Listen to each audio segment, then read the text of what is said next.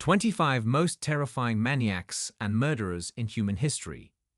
We are starting a series of publications about the most frightening and dark serial killers in human history. Subscribe to the channel so you don't miss the next episode. The House That Swallowed Voices. Part 1. A Town Learning Not to Hear. There's a street in Gloucester that always looks calm in photos. Rain-dark brick, hairdresser signs, white enameled letterboxes. In the mid-1970s, had you walked down Cromwell Street in the evening, you would have heard laughter, music, and a particular thudding, as if someone downstairs was building and rebuilding, lifting planks one by one. Neighbors got used to it. Fred's a proper handyman. You get used to sounds the way you get used to your own shadow. But shadows always have a source. So does laughter. Part 2. Fred, From Soil to Darkness. Fred West grew up where summer smells of hay and winter of frozen earth. Childhood meant Herefordshire's fields, heavy work, plain talk, and rumors. In those parts, rumors outlived newspapers, and one of them concerned a family with blurred boundaries, a stern father, an unconditional mother, and a boy who learned too early what power and dependence can do. Before 30, he'd made a habit of running from consequences, petty thefts, rough relationships, jealous outbursts, constant lying that stretched and snapped like a concertina. In the early 1960s, he married a Scot named Rena, Catherine Costello. Rena already had a little daughter, Charmaine. Later, Anna Marie would be born. Pregnancy, poverty, quarrels, nothing settled. Around 1967, another name moved into orbit, Anne McFall, Rena's young friend, who would vanish before she could become a mother. Out on the edge of two fields, where briars scratch your trousers, the ground remembered her first. By then, Fred was a man in halves, outwardly affable and handy, inwardly angry at a world that wouldn't let him be in charge, tasting the sweetness of power whenever someone weaker crossed his path. Many accounts recall head injuries. After a crash, he turned sharper, more impulsive, as if something inside had snapped and chimed with every blow. Part 3. Rose. An Electric Rain in Childhood. Rosemary Letts was born in England's southwest. Her childhood was its own storm. A strict father, a household strung tight, talk of her mother's treatments, including the kind whose rooms smell of ozone and hospital rubber. In families like that, children learn to recognize danger by the rustle of a sleeve. Rose became an expert at it. As a teenager, she hunted for the attention she never had, sometimes defiantly, sometimes while hiding. When Rose met Fred, she was 15. He was older, more experienced, and smiled as though he knew a short way to where fear stops. Their union wasn't about love but gravity. Two cracks met and fused, forming a razor edge, the place where everything around them got cut. Part 4. The Meeting That Became a System. By the late 1960s, they were already together. Soon Rose would be minding Fred's children. For years to come, she would be minding her own as well. Around 1971, Rena disappeared. Close to that disappearance sits another name, Charmaine, an 8-year-old who stopped greeting the neighbors in summer. Theories and gossip would lap at the edges, but the fact remained, the girl did not grow up. The further they went, the deeper Fred and Rose built their small world with rules only they understood. In 1972, they moved into the address that would become a grim metaphor, 25 Cromwell Street. The house would grow inward. Crawl spaces, false floors, a cellar. He tamed the walls so that whatever they wanted could be done their way. Part 5. The First Crack in the Armor. A survivor in 1972. Caroline Owens entered their orbit, a young woman promised work and safety. Instead, she met attempts at control and assault. She escaped. She went to the police. It was one of those rare moments when reality tried to shake a town awake. But the case ended without proportional consequences. Minor indecency, a fine, a conditional sentence. Mistake 1. The system saw smoke and called it steam. There was no body, the key witness alive. Frightened wasn't enough for the heaviest charge, and juries often wobble when there isn't ironclad evidence. That missed chance was the first open window, through which the house on Cromwell Street breathed deeper. Part 6. Lodgers, Hitchhikers, Neighbors. What the Walls Heard. From mid-1973 to the decade's end, the house became a gate. For many, a gate to nowhere. They arrived in many ways. For a room, for an evening, by mistake. Each had a name, each a life, a handful of postponed calls home. I'll speak their names as candles, not as headlines. Linda Goff, 1973. Lodger, vanished suddenly, as if she'd moved out without warning. That's what the neighbors were told. Carol Ann Cooper, 1973, 15. A bus that never delivered. She waited to become an adult and became a face on a missing poster. Lucy Catherine Partington, winter 1973-74. A student home for Christmas? Popping out for a book is normal, isn't it? The house never saw her return. Therese Siegenthaler, spring 1974. A Swiss student, in love with English roads and talk of freedom. Her road ended where freedom was only a borrowed word. Shirley Ann Hubbard, late autumn 1974. An absence so textbook it sounds invented. Laughing with friends yesterday, silence tomorrow. Juanita Mott, 1975. She could belong in any company. The world is usually kind to such people. This house wasn't. Shirley Robinson, 1978, 18 and a little, another heartbeat within her. She believed promises. The promises believed in themselves. Allison Chambers, 1979. A runaway, a wing pinned to a shoulder. She sought refuge. She found a house that was a refuge only on its sign.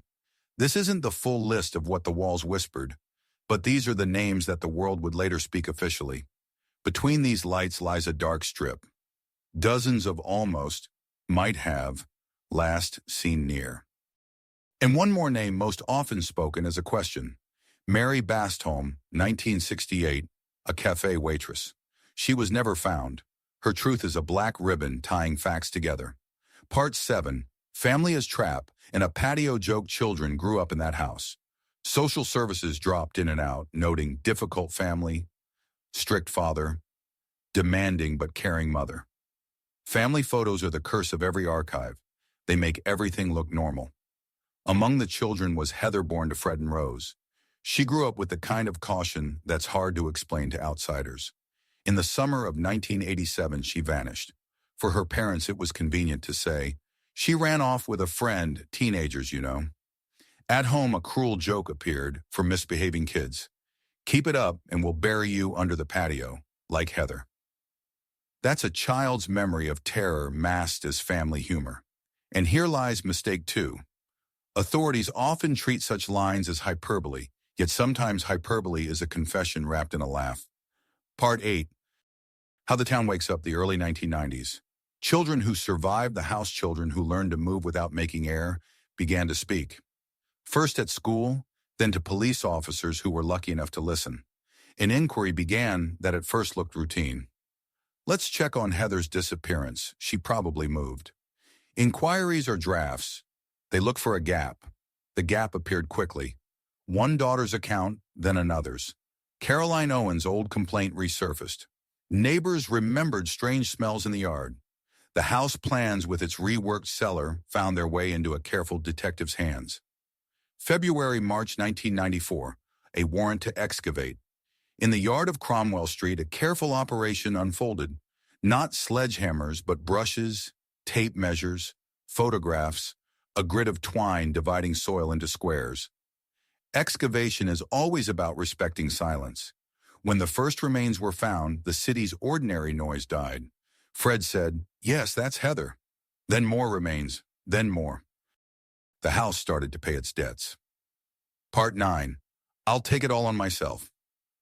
Fred West in a police station was a man used to never losing his own game. He quickly grasped the line to hold. It was me alone. Rose had nothing to do with it. He smiled, regretted, fumbled dates, and named names. The system finally did what it should have done 20 years earlier. It listened to the end. The dig grew wider, yard to cellar to other addresses where the family had lived. Their past wasn't a corridor but a web. At the same time, investigators finally saw a pattern hole. Victims were young women and girls, often vulnerable runaways, lodgers, those easiest to rewrite to new addresses and disappear from memory. Their tactic involved two people, a man and a woman. That dissolved a natural barrier. Women more readily trust a woman at the door. This criminal dyad is rare but especially dangerous. They don't just split roles, they intensify each other. Charges mounted against Fred.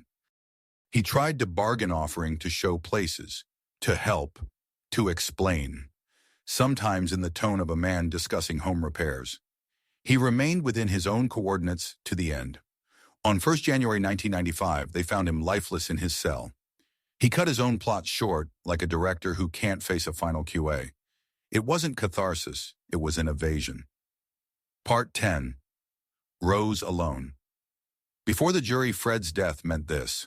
Rosemary West was no longer the prisoner's wife, but the sole defendant. Her trial ran in autumn 1995 at Winchester. Unlike Fred, she chose total denial. Tactically, it made sense. Without his live testimony, she needed to break the dyad, to become the background, the housewife to a house of horrors who knew nothing. But the prosecution had more than a spade in a cellar. There were those who survived, children turned adults, and Carolyn Owens, who had come to court once and not been fully heard. There was a coherent pattern of violence, identical disappearance legends, identical traces of construction in the house, identical dead patches of yard, letters and belongings of victims that somehow remained in the house, and Heather, their own daughter, whose grave became a concrete joke for those who dared to speak loudly. A court squints at time. It stares down decades and tries to see what happened behind a door. The jury agreed with the Crown. Guilty on 10 counts of murder. Rose West was sentenced to life imprisonment with a whole life tariff. The I knew nothing line collapsed under the weight of repetition, the signature psychologists always look for. Part 11. A timeline. As a map, storytelling breathes but coordinates help. Here's as neat a map as one can set on a table without turning pain into a ledger. Early 1960s, Fred marries Catherine, Rena Costello. Anna Marie is born. Nearby is Charmaine, Rena's daughter from a previous union. 1967, Ann McFall vanishes. Rena's young friend, connection to Fred, pregnant. 1969-1970, Fred meets Rose. She becomes central in his domestic world. 1971, Charmaine and Rena disappear. 1972, move to 25, Cromwell Street, Gloucester. The Caroline Owens case ends lightly, a missed chance. 1973-1975, disappearances of Linda Goff, Carol Ann Cooper, Lucy Partington, Therese Siegenthaler, Shirley Hubbard, Juanita Mott. 1978-1979, disappearances of Shirley Robinson and Allison Chambers. 1987, Heather disappears. Parents embrace the runaway story. 1992-1994, new testimony from surviving children. Police return, excavations at Cromwell Street and elsewhere. 1995, Fred dies in prison, autumn trial of Rose, whole life tariff. 1996, the Cromwell Street house is demolished. The empty lot says more than any memorial. Part 12. The psychology of two, how a we destroys Fred, fits the pattern of a controlling offender with escalation, from manipulation to abduction, from dominance at home to hunting the vulnerable. He mixes popular chap charm with shameless cruelty. Risk factors, likely childhood abuse and the normalization of incest, early sexualization, head trauma, impulsivity, intolerance of refusal, pathological lying, and a near-engineering pleasure and control, locks, rooms, retrofits.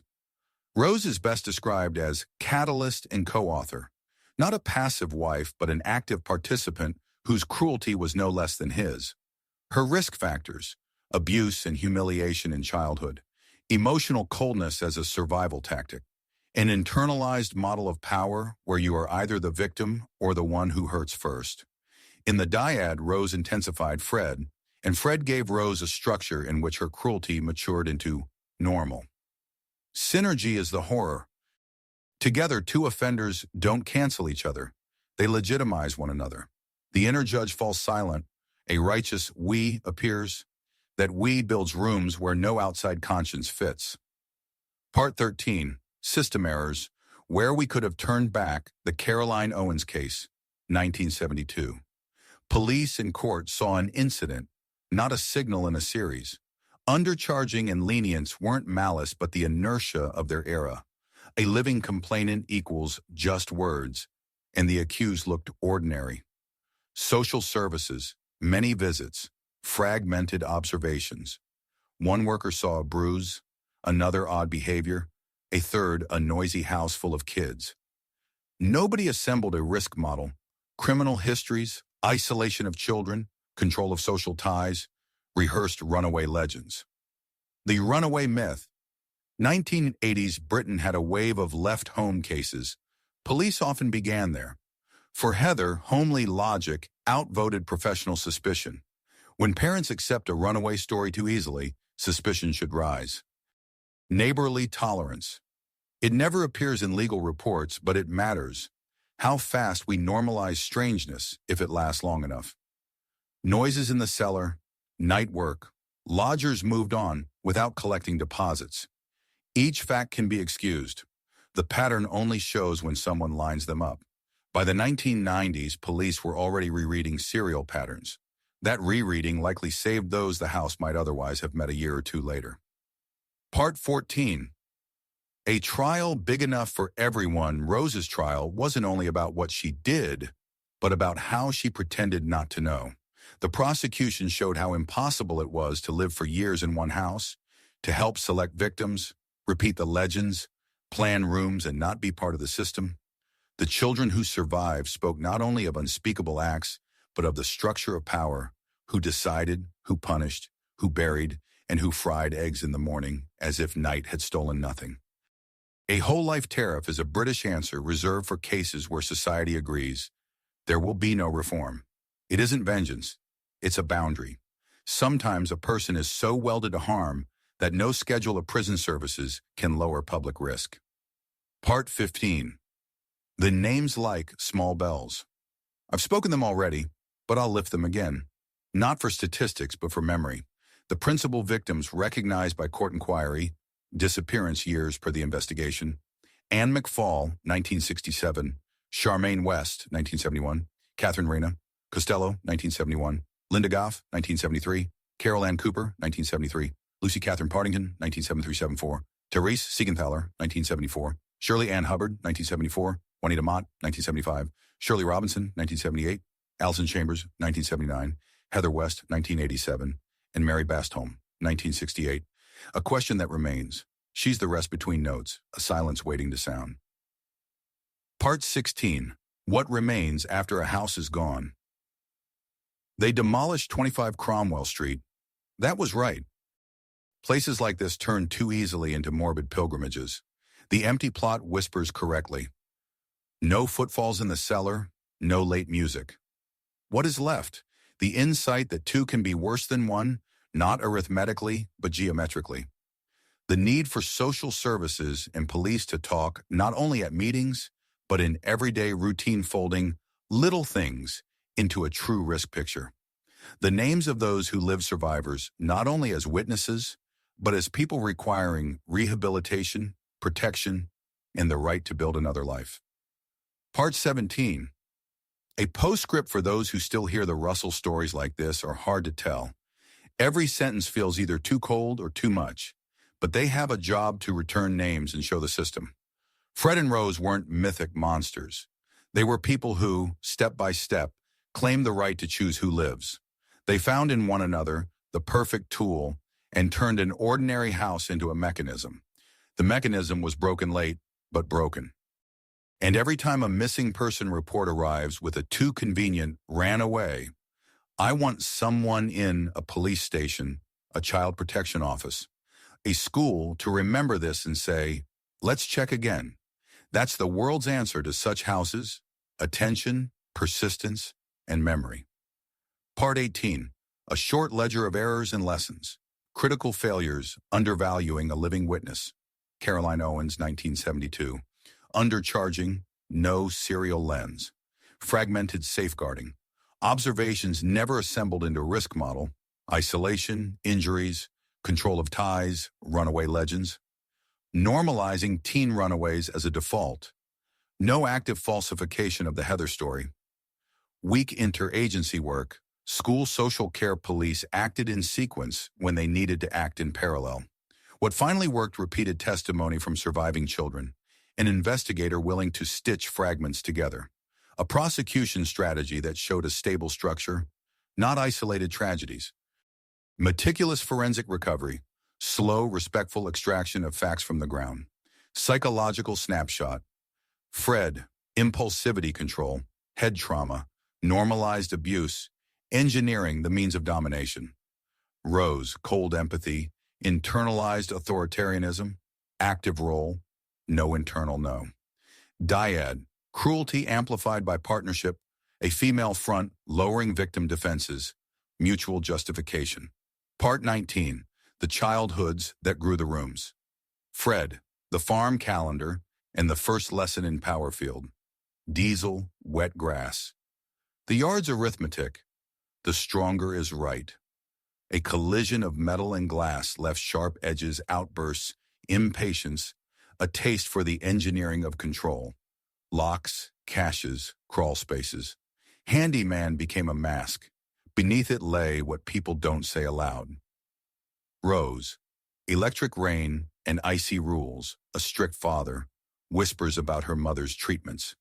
A girl learns to scan danger by the sound of the key in the door, to control what can be controlled. Order, chores, attention. Meeting Fred was a sign reading exit here. The first time power meant not being a victim if someone else became one. In that pact grew a union where two people felt less afraid because everyone else did. Part 20. The Victims' Lives, Not Case Files. Anne McFall, 1967. 19. Quick to trust and smile. Loved writing lists for the future. The list broke midline. Charmaine West, 1971. A straight back and a frank gaze. Girls like that grow up to change rules if they grow up. Catherine Rena Costello, 1971. A mother who wanted simple things. A roof, peace for the children, a fresh start. She held humor like a straw in a gale. Linda Goff, 1973, 19. Bright earrings, easy laughter. The lodger neighbors praised. Carol Ann Cooper, 1973, 15. I'll get a job and buy a guitar. Loved looking at developed photos like proof happiness was real. Lucy Partington, 1973-74, 21. Could argue beautifully without wounding. Stepped out for a minute and never returned. Therese Siegenthaler, 1974, 21. A Swiss student. Neat postcards home. The winter card never arrived. Shirley Ann Hubbard, 1974, 15. Sweet tea. Long talks about a future with a job, not like Mum's. Always near the window, else it's stuffy. Juanita Mott, 1975, 18. Could befriend opposites. Dreamt of her own room and no one telling her how to live. Shirley Robinson, 1978. Barely over 18. Stitched her own dresses from old fabric. Liked photos against graffiti walls.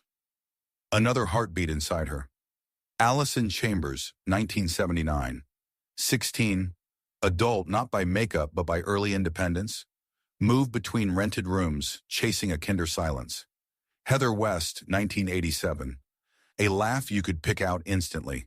On school forms she left undecided, honestly. The house held too much silence for honesty.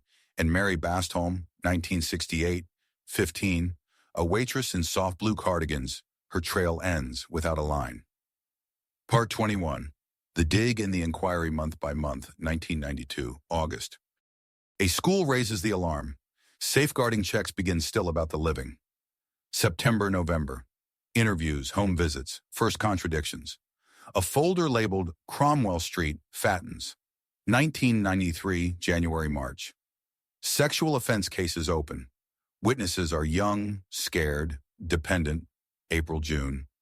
Charges falter, speaking is dangerous. One detective keeps a sum that won't add up. Where is Heather? July, December. Heather's line becomes its own case. Inquiries to schools, benefits, employers, borders. No trace. Runaways usually leave a digital spore. Here, nothing. 1994 January. The team grows. Authority for deeper inquiries into Heather's disappearance. February. Warrant to excavate 25 Cromwell Street. The yard becomes a grid. The first find silences the street. Fred is arrested. March. Partial admissions. The search widens. Yard cellar. April. A corner of the cellar turns laboratory. Rose is arrested and interviewed. May. The map widens. Former addresses, rural spots where Fred liked to get things done. Old missing files are cross-checked for time and route overlaps. June, July. Fields near Much Markle remains recovered, later identified as Rana Costello and Ann McFall. A long trail appears far beyond Cromwell Street. August, September. Forensic results. Reconciliations with national missing lists. Prosecutors build a through-line, not isolated events, but a system. October, December. Expanded indictments for Fred. Distinct charges for Rose. Active digging ends. Document season begins. 1995 January. New Year's Day. One defendant exits. A logistics blow, not a factual one.